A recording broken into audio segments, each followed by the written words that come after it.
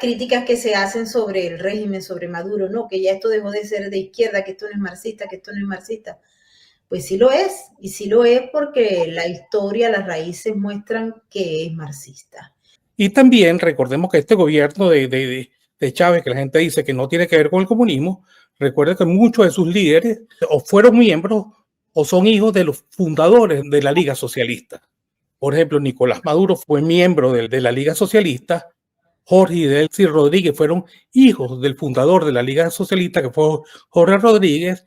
Tibisay Lucena también fue hija de uno de los fundadores de la Liga Socialista. Muchísimos otros pertenecen a ese movimiento que es de izquierda. Incluso quien ha asesorado a María Corina Machado o el principal de sus asesores, también viene de las líneas del marxismo. Hola amigos, bienvenidos a esta nueva emisión de Sin Filtros y a un segundo capítulo de una serie que hemos iniciado con el físico, el científico Guillermo Salas, que está tratando de llevarles a ustedes los mecanismos para comprender por qué no podemos hasta el momento salir del chavismo. Porque el chavismo ha permanecido a lo largo de los casi 26 años y a pesar de que se ha utilizado cualquier cantidad de estrategias, están allí.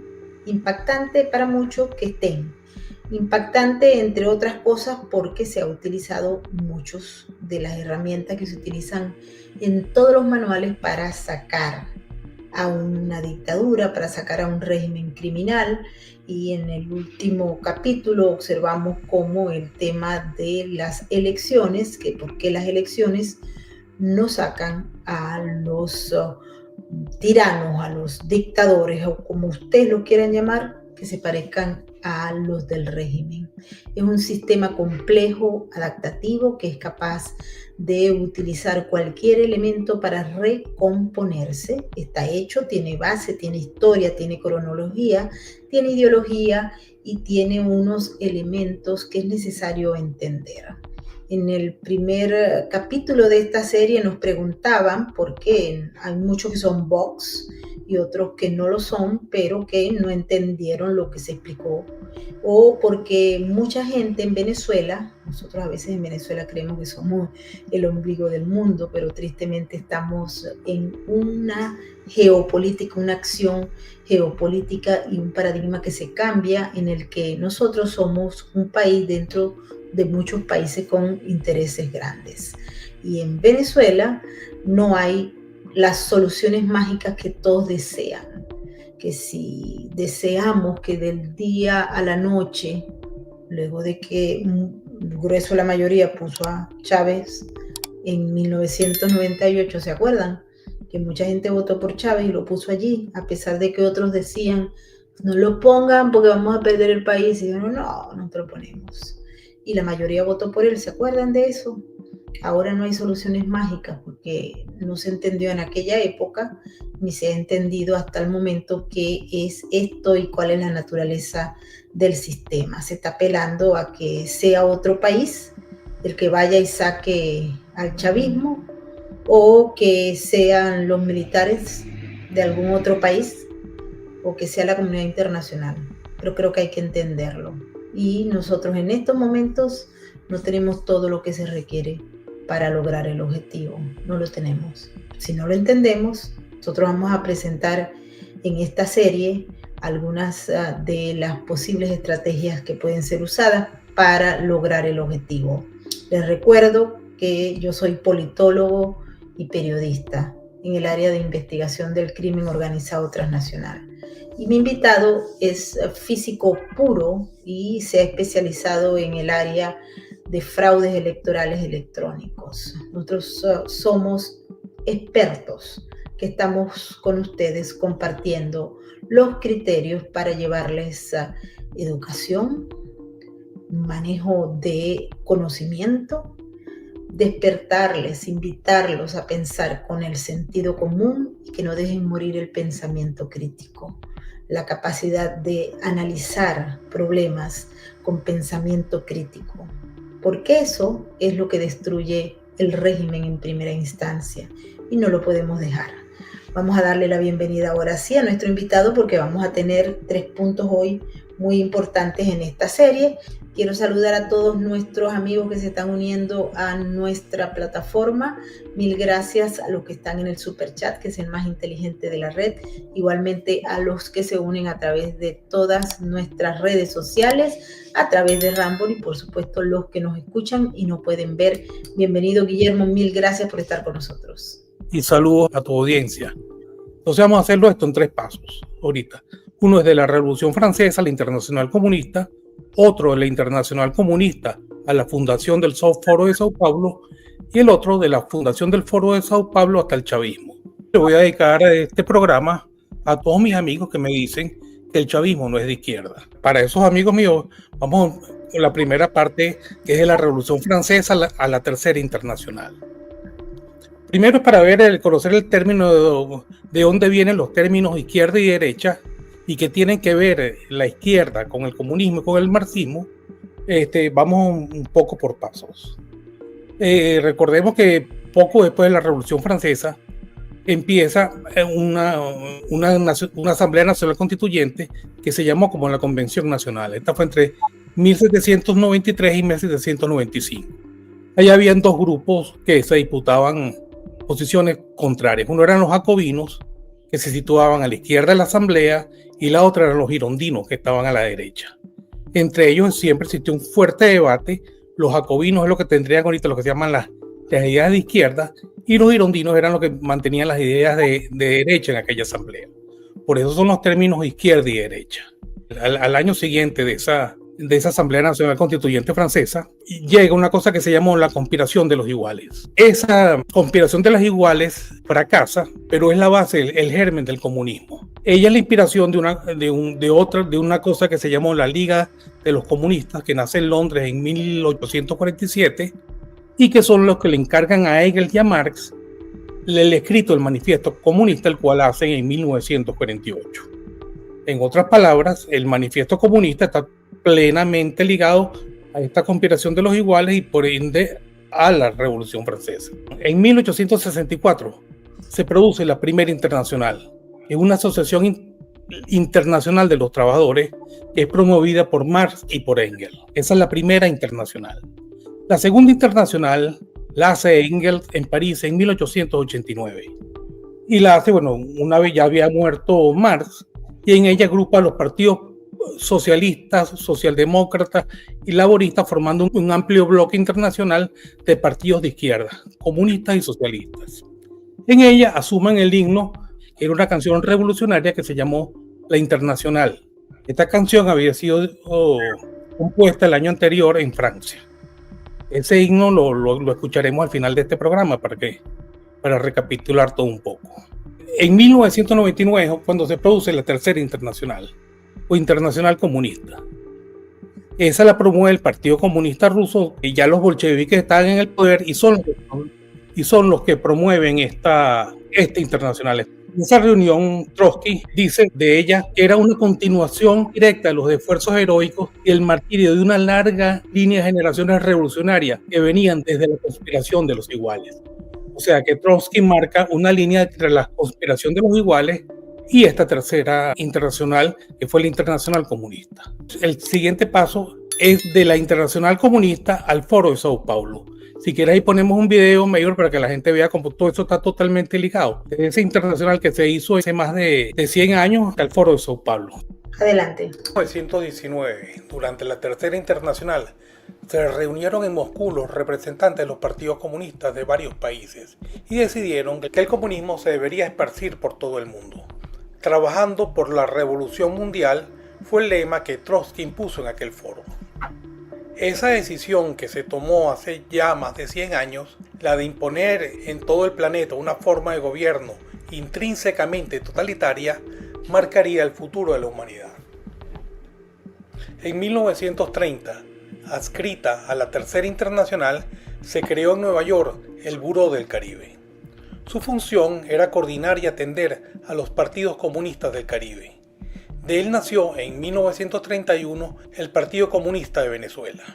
Ilegalizado por muchos años, operó de forma soterrada, pero ininterrumpida, introduciendo el ideario marxista en los ámbitos más influyentes de Venezuela, como las universidades, los centros culturales, los medios de comunicación y las Fuerzas Armadas.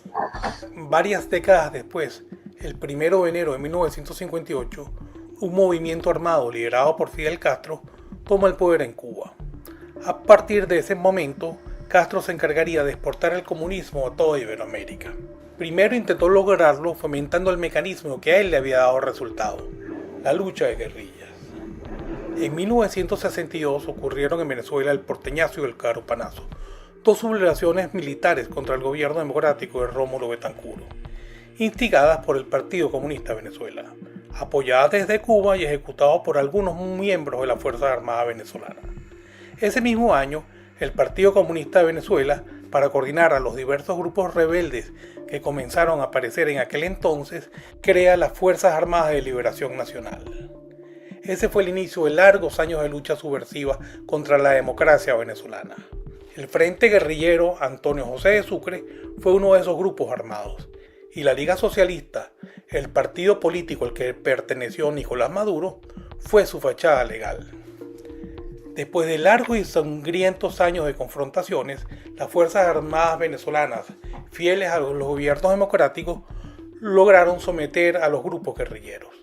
Tras esta derrota, a muchos de los líderes guerrilleros y al mismo Fidel Castro les quedó claro que en Venezuela muy difícilmente podrían reeditar el caso cubano, tomar el poder por las armas. A comienzos de los 70, una vez sometidos los movimientos guerrilleros, se llevó a cabo la política de pacificación.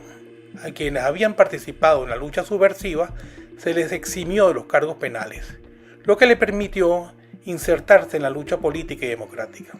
Se legalizó el Partido Comunista de Venezuela y se reabrieron las relaciones diplomáticas con Cuba. Pocos meses después de la legalización del Partido Comunista de Venezuela, ocurrió un cisma en su seno. Ante la manifiesta ineficacia de la lucha armada como mecanismo para alcanzar el poder, buena parte de sus líderes crean un partido político, el Movimiento al Socialismo, MAS, cuya ideología la calificaron de socialismo democrático. Se forman así las dos izquierdas. Había llegado el momento de rescatar una vieja idea de Edward Bernstein, el padre del revisionismo marxista, uno de los fundadores de la socialdemocracia europea, que sostenía que no se precisaba una revolución violenta para alcanzar el socialismo, porque a este se podía llegar a través de la acción política. En los primeros meses de 1990 peligraba el futuro de la revolución cubana.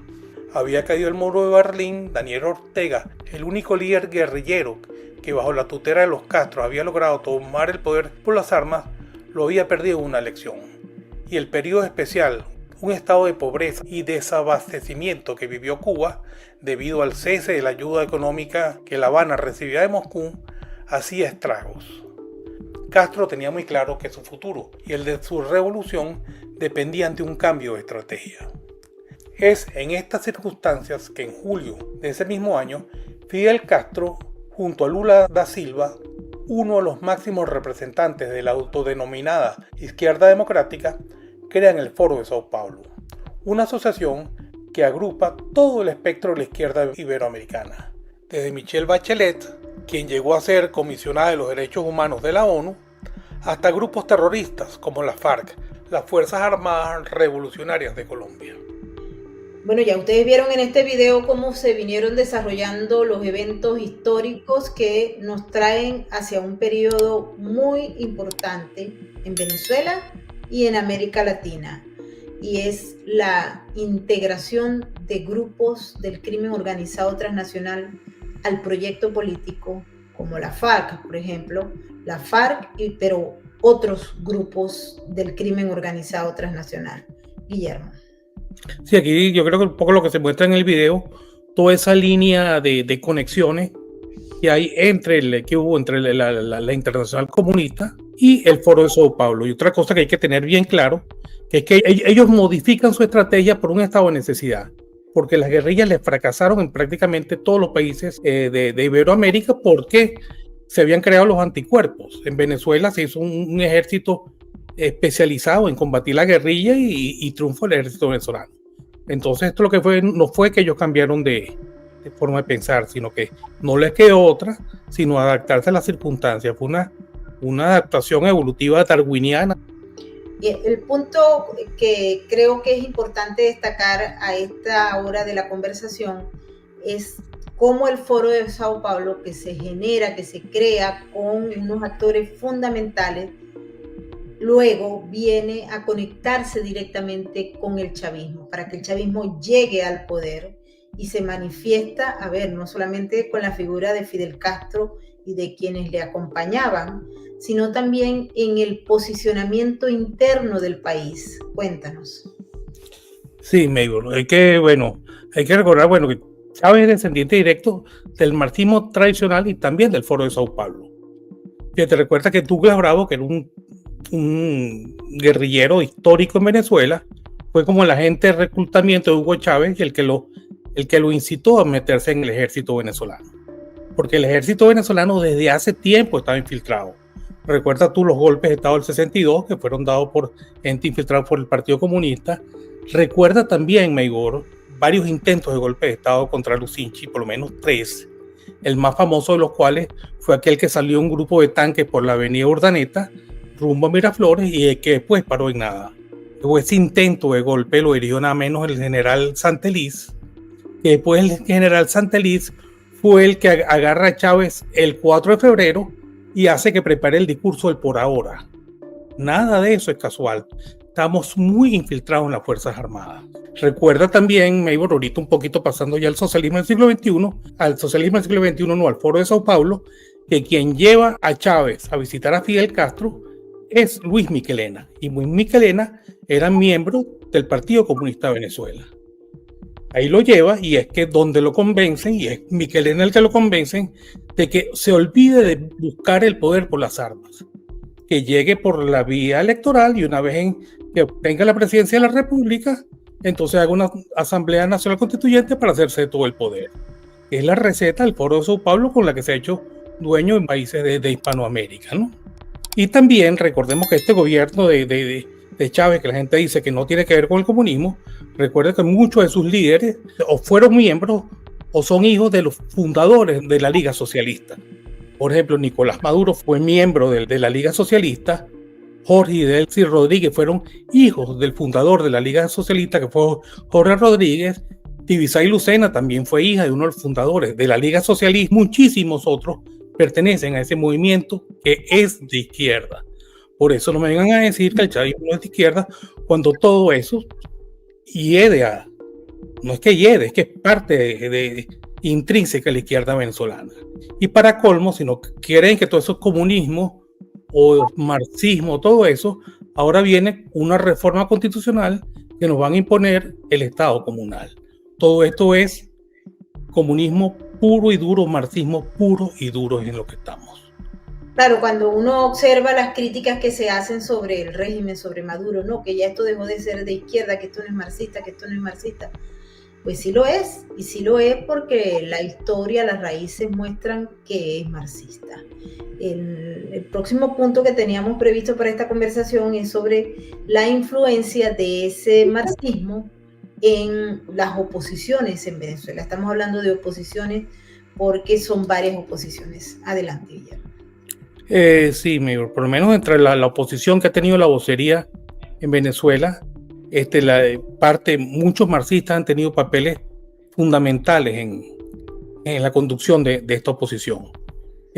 Nada más hay que ver el manifiesto de los 911 firmantes del manifiesto de bienvenida a Fidel Castro, que creo que fue en 1989, y uno ve que están prácticamente el listado de los profesores universitarios más influyentes, que más influido a la oposición venezolana. E incluso hay otros que no están allí, como Teodoro Pekov, que han sido partes fundamentales de la dirección de la oposición venezolana. Incluso Carlos Blanco, que quien ha asesorado toda esta parte a María Corina en los últimos tiempos, él fue el asesor de José Vicente Rangel en la campaña electoral de 1978.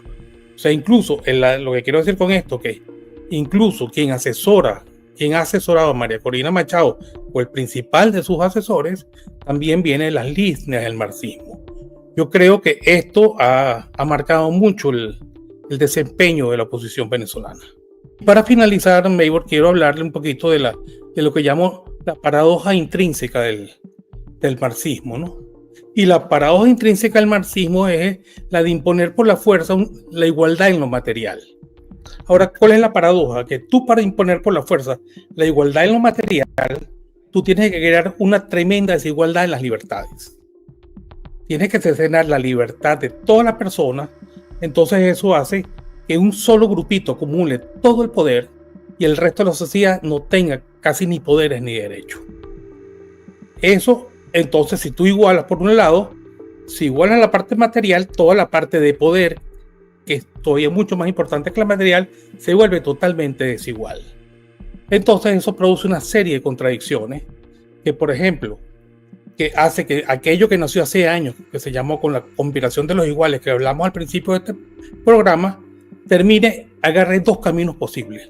Uno es el del totalitarismo absoluto, tipo la Unión Soviética, tipo Cuba, o otro es el del ridículo, que considero yo, que es el que está haciendo, que es el que hacen ahorita los miembros, lo que se llama ahorita de la Internacional Socialista, que es la heredera de la Internacional aquella de la que hablamos al principio, la que fundaron Marx y Engels, y la que asumió como himno, que asumaron el himno del que hablamos antes, la canción que se llamaba La Internacional. Entonces, todas estas teorías de Engels, Marx, sobre la igualdad y todo, resulta que han terminado cayendo en una institución en la que se creen partidos políticos como Voluntad Popular, en la cual una institución que es presidida, o que fue hasta hace poco presidida por Henry Ramos Alup, y que actualmente está siendo presidida por Pedro Sánchez. Ahora, para que vean por qué yo llamo el ridículo, vamos a hacer lo siguiente. Vamos a poner el himno del Internacional, que va a estar cantada por Pedro Sánchez, aquel himno que empezó en 1888 y que la Internacional la tomó en 1899 como himno, pero la vamos a ver cantada ahora por Pedro Sánchez. Y yo quiero que ustedes, mientras oigan la canción y vean la letra que está escrita, además, se imaginen eso en manos una institución, esa canción, y que los actuales, digamos, representantes de esa canción sean Henry Ramos Alup o Pedro Sánchez. Si quieres, ponemos la canción y que cada uno vea y saque sus propias conclusiones. Ok, adelante.